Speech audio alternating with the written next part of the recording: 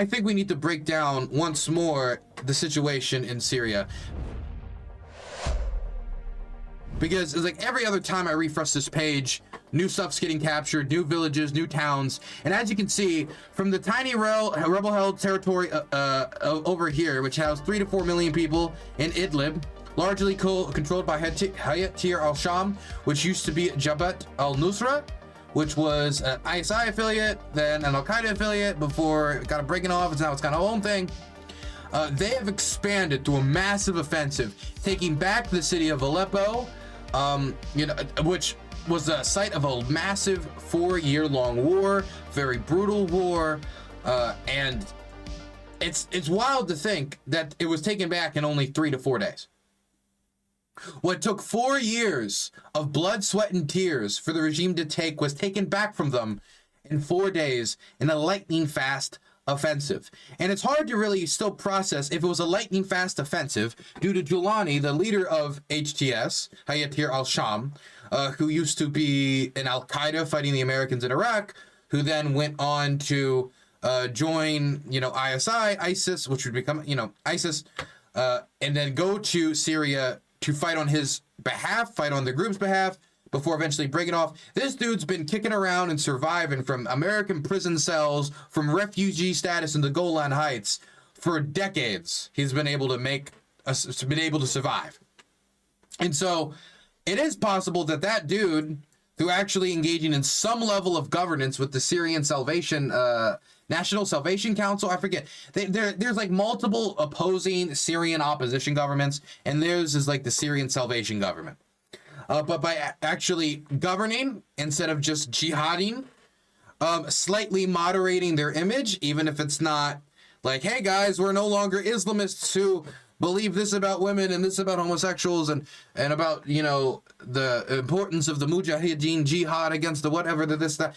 No, they're not progressive Green Party members, but that they're not ISIS, and they're not Al-Qaeda. In fact, they've been fought with Haras al-Din, which is the Al-Qaeda offshoot after their breakaway, even to the point where they'll sometimes give Haras al-Din positions to the United States, since Al-Qaeda is a designated terror group, and then we smack them when they're scuffling with them and they get a little too out of line, so to speak. So did they craft in those 4-5 years since 2019 a significant fighting force that can take the fight to the regime? And that's a significant contributor. One piece of evidence is their much more effective use of FPV drones, which they have used to take out regime tanks, regime armored vehicles, regime resupply trucks, and regime artillery, regime air defense. They've used it to take out quite a lot. So, and some people suspect that was with the help of Ukrainian intelligence. I couldn't say. I do not know. I would not be the person in the know to ask, but I will say that seeing that Ukrainian writing on those drone controllers in Sudan certainly got the mind to ticking. And I do know from previous reports, I believe it was from the Washington Post from maybe 2022, 2023, that the Zelensky government did consider assisting these groups in this region as a potential pathway forward to take the fight to the Russians. So it is a possibility. Or do we take the blame, or the cause of it is mostly on the Assad regime side? That the Assad regime has a bunch of fighters that are forcefully conscripted and don't want to fight, and so they hit line of contact, they run away. Is it that the Assad regime has not gone through any reforms in this process, and before was relying on the support of both Iranian-backed militias and Hezbollah and the Russian government in the form of its powerful air force to demolish their enemies into oblivion for them, and then they can kind of do the cleanup operations. And now, with the Russians distracted in Ukraine, and the Iranian-backed group Hezbollah distracted with Israel, just much harder to get the support. Look, we will probably not know the full outline until probably after the Civil War is over, and a bunch of people who, are loyal to one faction come forward and are able to say stuff publicly to get the story documented. But the point is, the rebels launched an offensive. They took Aleppo in 4 days, which in and of itself would be groundbreaking news, would be massive news. Hell, even taking the Aleppo countryside would be groundbreaking news. They took Aleppo itself. I honestly would be shocked if the rebels were not shocked at their own success. And then the rebels kept going. And they kept going, and they kept going, and they kept going, and they kept going. Oh, and now they're all the way down to the city of Hama. And as you can see, they're right outside the city gates. They've traveled down the M5 highway. They've taken Katub next to it, which gives them some leverage on the northeastern side. They are scuffling down at the enemy southward. So they're trying to encircle Hama, it seems, or at least attack it from multiple sides. And the regime is under immense pressure in this direction. I've heard of some counterattacks, attacks and moves, possibly this area or this, like there's some fighting from the regime over here. But over here, it's just been straight rebel advances. There's been some recaptures, as you can see over in this area.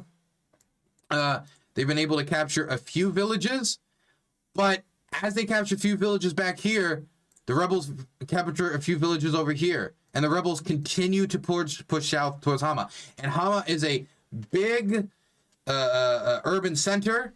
It is a major city, and it will mean that HTS would have added both Aleppo and Hama, if they catch it within the next 48 hours, within 10 days. Doing years and years and years and years of Civil War work within roughly 2 work weeks.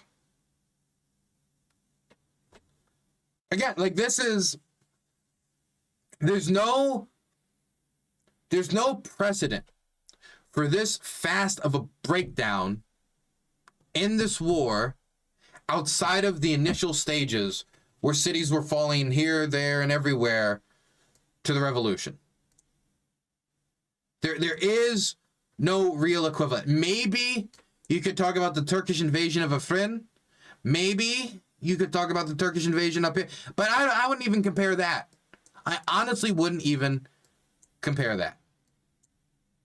Now, at this stage, the Assad regime needs to keep the rebels out of Hama. Because if the rebels capture Hama, and they don't capture it back, then the next target, logically, down south is Homs. And like our friend Patrick said, the population of Homs is not necessarily the most supportive of the Assad regime.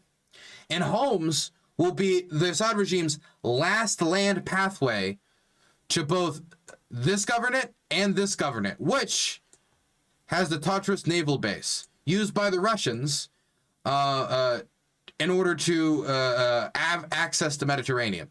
Speaking of that, the Russians, in trying to find new ways to support the Assad regime, because, you know, their air force is just, you know, a little distracted in Ukraine, they have actually used a submarine to fire at enemy positions, at enemy rebel positions, which I don't remember this from before. So it really does feel like the Assad regime is looking for anywhere and everywhere they can pull upon military assets in the region and opening fire. They've already lost a few, you know, Panzer systems. They've already lost a few tanks, even some, I believe, T-80 tanks. Maybe, I heard maybe a T-90. I'd have to go check it, but I know for sure T-80s. So they're losing some pretty advanced tanks. And while this is going on, mind you, the SNA, the Syrian National Army, is cracking down on the Kurds that were up here. And they're moving in toward Manbij. And if they take this, I have a sinking feeling about a humanitarian disaster. So far, these offensives have not, while the offensives to take Talifit was successful, while the offensives against the Kurdish positions around here were successful, this has yet to see success. And we will see if it sees success. But I'm worried about the humanitarian disaster because the Syrian National Army has a terrible human rights record. Beating POWs, executing POWs, torturing POWs, finding Kurdish politicians, executing them on the roadside after dragging them out by their hair. Like they have a terrible human rights record. Looting. There's a decent amount of looting. A fair amount of jihadists within their ranks. And it's become a spear for the Turks to fight the Kurds. Right now, these soldiers could be reinforcing an attack against the Assad regime. They could be doing that. They're instead busy fighting the SDF and the Kurds because that is the Turkish security priority. And hey, if you can loot an Assad town, you can also loot a Kurdish town. I mean, that's my view. I'm being a little biased here from the fact that I don't like looting. But I mean, it's just, you know, I'm just being blunt. While this is going on and the Kurds are on the back foot over here, the Kurds are on the front foot over here. And they, with the United States, were able to do an offensive to take back these, these towns and villages diagonal of Deir ez-Zor, which is a major city right across the Euphrates River that the SDF has been able to push up to the mouth of, been able to push up to the mouth of the river, been able to push up to the sides of it. Now, this offensive that the SDF conducted, it wasn't too long. The battle might have lasted maybe 24 to 48 hours. It was a pretty short battle from what I'm seeing. But let me tell you something. It was not just the Kurds fighting in this battle. The United States of America actually got involved here. American air power supported the offensive.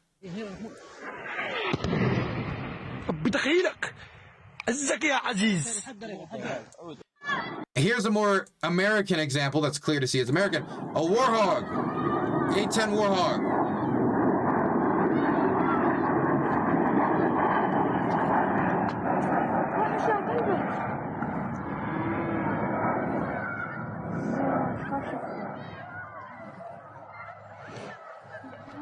Is there anything more red, white, and blue than the outline of that vehicle? Outside of the sound it makes, of course.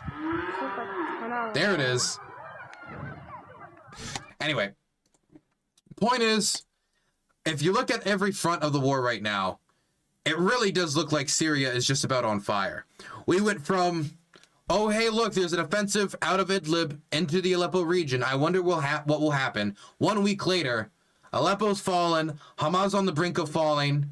The Russians are scrambling to do whatever they can to prop up the Assad regime, firing with submarines, using whatever air power they can, but also at risk because now, because of all the stuff the rebels have captured, they have quite a few air defense systems. And then the Kurds are fighting the SNA, and the Kurds are fighting the Assad regime here. The American government's bombing Syria again. I mean, it really feels like just all of Syria caught on fire almost instantaneously once the first domino fell. But I mean, of course, that makes sense that if the Assad regime shows weakness, if the Assad regime shows an ability to be pushed in caves, it would make sense that other groups like the SDF would take advantage of it to push them across the river here. But what does this mean for the Assad regime? Well, first thing, if they lose Hama, they come down here, they take Homs, they endanger the coastline. Very bad for the Russians due to the naval base. Very bad for Assad because of the loss of all these major cities and the naval bases. And it would also mean it would become much more difficult for the Russians and others to reinforce them outside of through Iraq, which would be the Iranian pathway. Unless they wanted to land ships in Lebanon. Nah, probably Iraq. Through Iran, through Iraq. Not only would it mean losing major population centers, not only would that mean losing major staples of your economy, as the Syrian government has difficulty paying its own bills and has resorted to things like drug trafficking in order to keep the economy afloat, but it would also mean a much worse strategic position, a loss of their coastline, and a loss of the naval base that the Russians used to justify quite a bit of their involvement, at least to justify the cause. It's active times, active times. Oh, by the way, and of course, as always, the Israelis are raiding in as well. I don't really know what to say here. Honestly, I do not know what to say. The main thing I'm feeling right now is that what I've suspected for quite a while, I think I'm coming to the conclusion that it's probably true. And what I've said before in the show, and what I've said before probably more often in private, is that I am of the belief that there will probably not be any peace in Syria until Assad is either deposed or dead. Deposed or dead. And I'm not saying this because I don't like Assad, even though I do not like Assad, okay? He would not let him be my eye doctor. I'm saying it because of his record. I'm saying it because of the hundreds of thousands of people he's killed, all the people he's angered, and all of the diaspora, that the only way that they're going home is if the governments that are hosting them forces them to go home. Literally, physically deports them to Syria and gives them no other choice, because the likelihood of them going home and getting tortured and questioned and beaten and possibly killed is more than likely.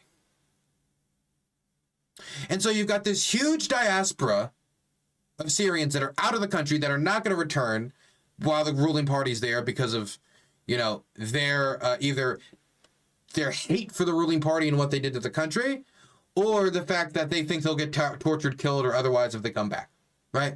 I'm sure since then, many of them have found economic opportunities and have made ties in their host countries and would not want to leave, but there's a good chance that the majority of those Syrian refugees might want to return home if there was a change in administration. So that's the first thing. The second thing is Assad's butchered hundreds of thousands of his own people. And I believe he has the willingness to butcher hundreds of thousands of more. And I think their response to this offensive and how the civilians have been targeted in Idlib, bombed in Idlib, how they've treated student protesters in the past, I don't think it's going to change. I don't think the things that the Assad regime would need to change in order to be able to make peace, he is willing to change. Either because he took these traits from his father by blood and birth, or by upbringing. Point is, Assad is as brutal, if not more brutal, than his father used to be. And I don't think that's changing in the near future. In his mind, at least to me, his brutality is his strength, and it is what has kept him in power through the civil war. And so I don't think he's going to change course on that. And so if Assad's going to be as brutal as ever, and Assad is going to be as corrupt as ever, and he's not going to really change anything, or we don't have any indication is going to change much. We've got, how do I put, Burns is an immoral, morally corrupt, bankrupt man. Hey, thank you so much, Kathy61. I appreciate that. Thank you, thank you. Thank you, thank you, thank you. So, the economy can barely stay afloat. The country's been divided for somewhat like a decade. Assad's killed hundreds of thousands of his own people, and he shows plenty of intent to be willing to do more of it.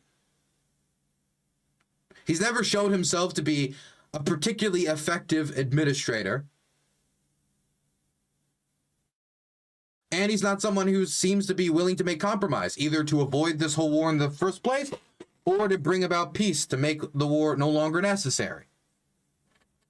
And so in my mind, after seeing so much brutality, after seeing all these people displaced, unable to return while Assad's in power, after balancing all the cards, I think I'm of the opinion that it's going to be very difficult to nigh impossible to have peace in Syria while Assad is still in power.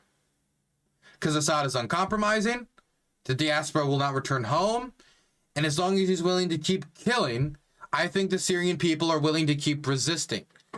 I mean, this isn't like the Civil War just brought on this killing spree. He put down protests at a football match in 2004, killed a lot of people.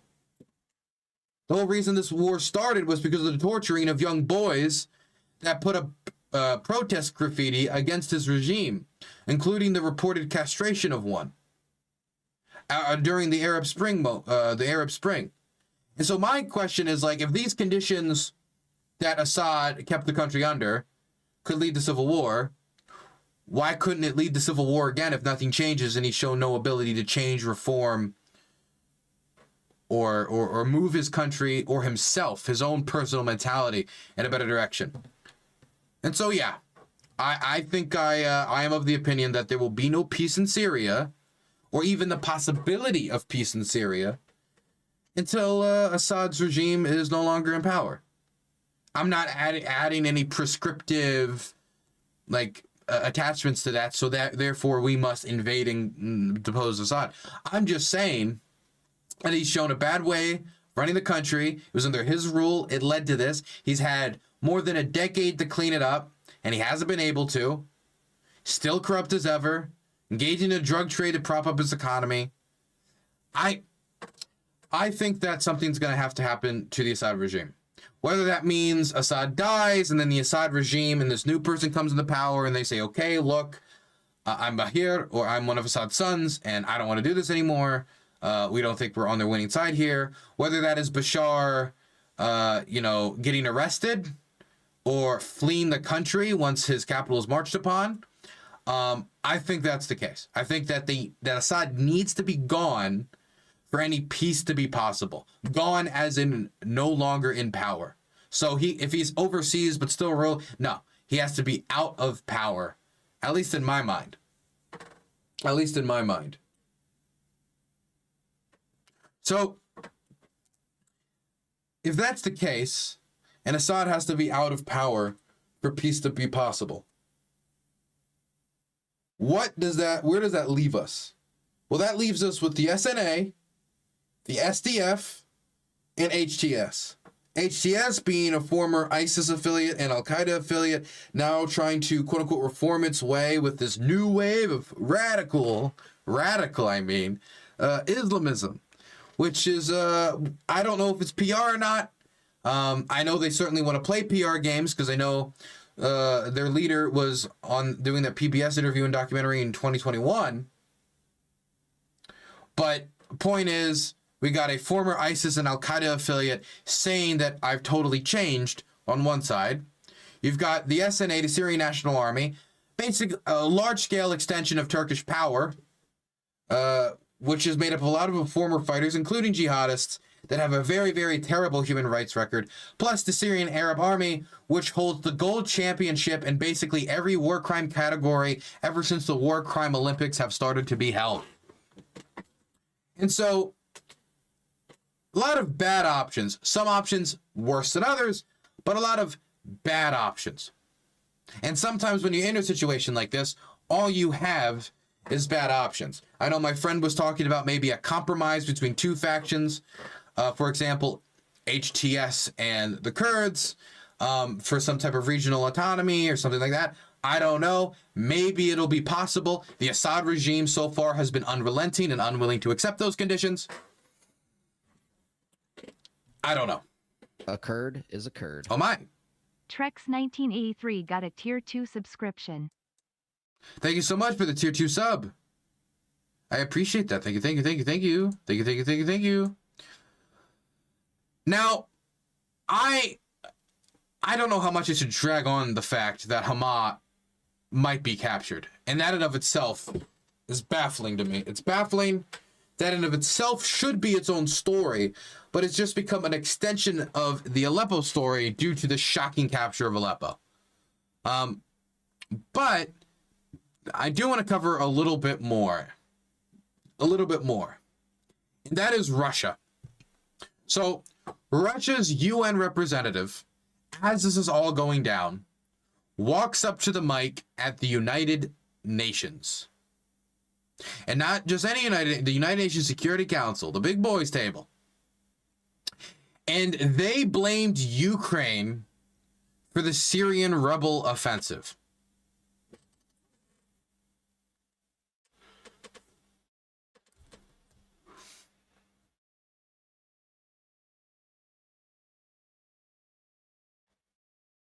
ISIS attacks your mall, Ukraine. Syrian rebels launch new offensive successfully, Ukraine. Meteor headed towards Earth, Zelensky rock. Like, it's the... Come on.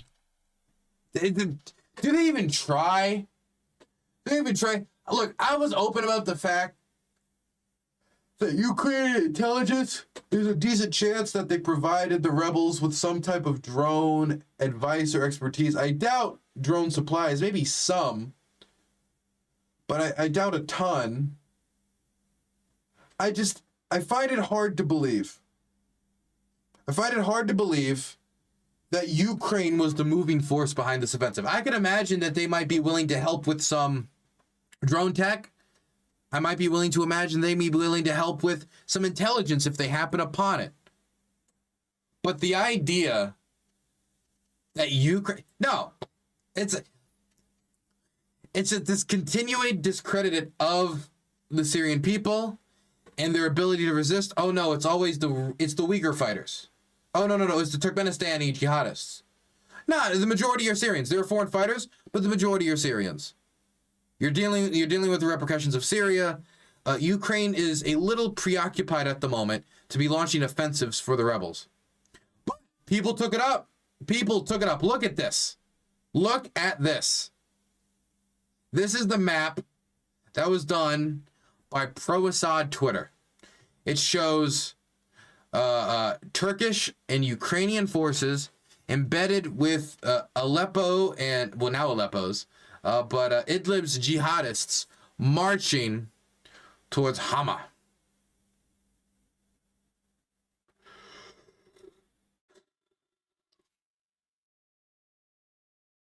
What am I supposed to do with this? Look, if Budenyov is at all these places at once, I think he probably deserves it. Relevant? Rebels attacked the Assad regime? Believe it or not, Ukraine. It is though, guys. Come on, it is, really. I mean, they could. The thing is, it's not crazy that they could have accepted them, or like accepted some help, and Ukraine provided some help. But you know what this reminds me of? Like, and this isn't even comparable because we never provided guns or revolutionary equipment. I remember during Euromaidan, or even since then, it's always referred to as like the American coup, the American coup of Euromaidan. You know, that we overthrew the government. Why? Because we funded some NGOs. What did those NGOs do? Well, election monitoring. Some of them are local news. None of them are, we're going to overthrow the government. They're local NGOs.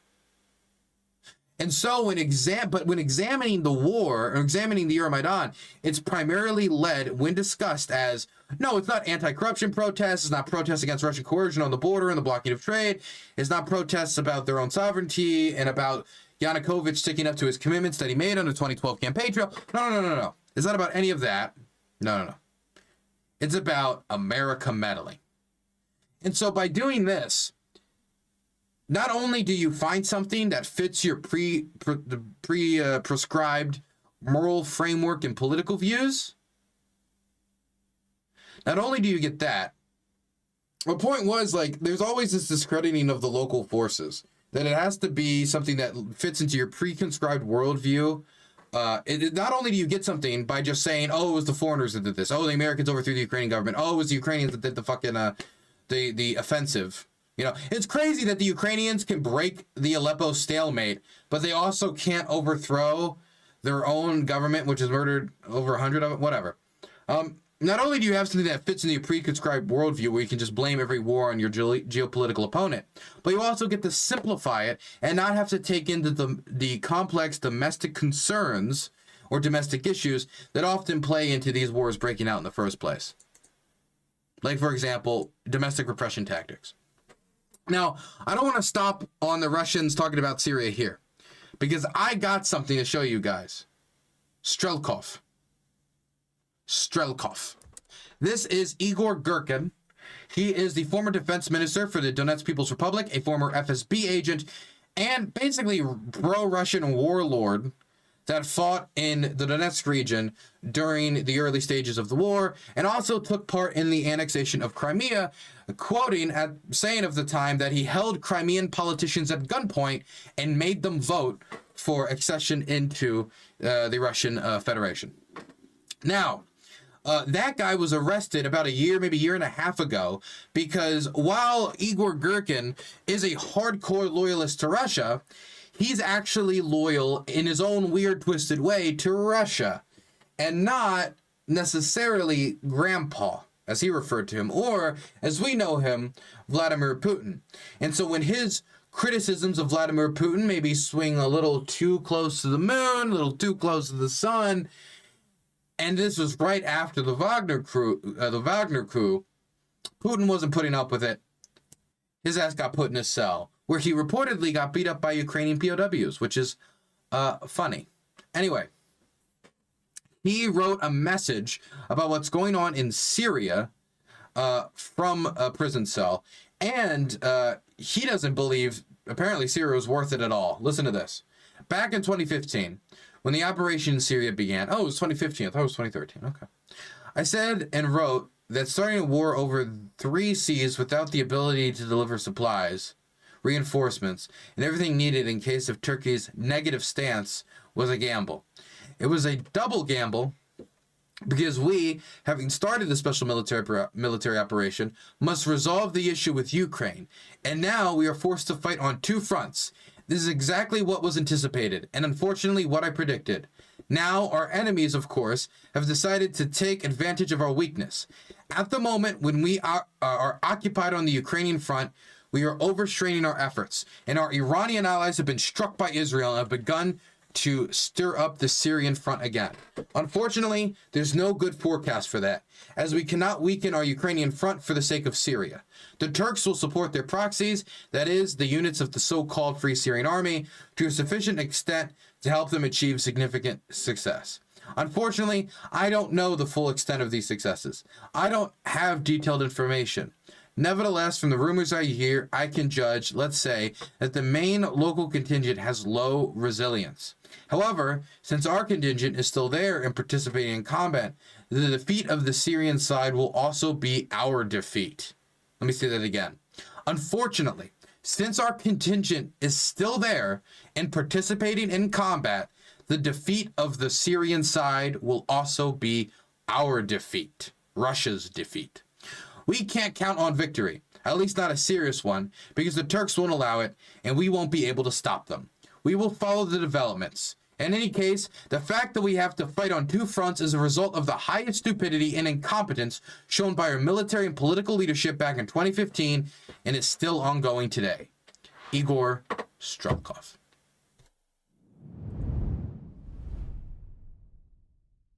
What took 4 years of blood, sweat, and tears for the regime to take was taken back from them in 4 days in a lightning-fast offensive.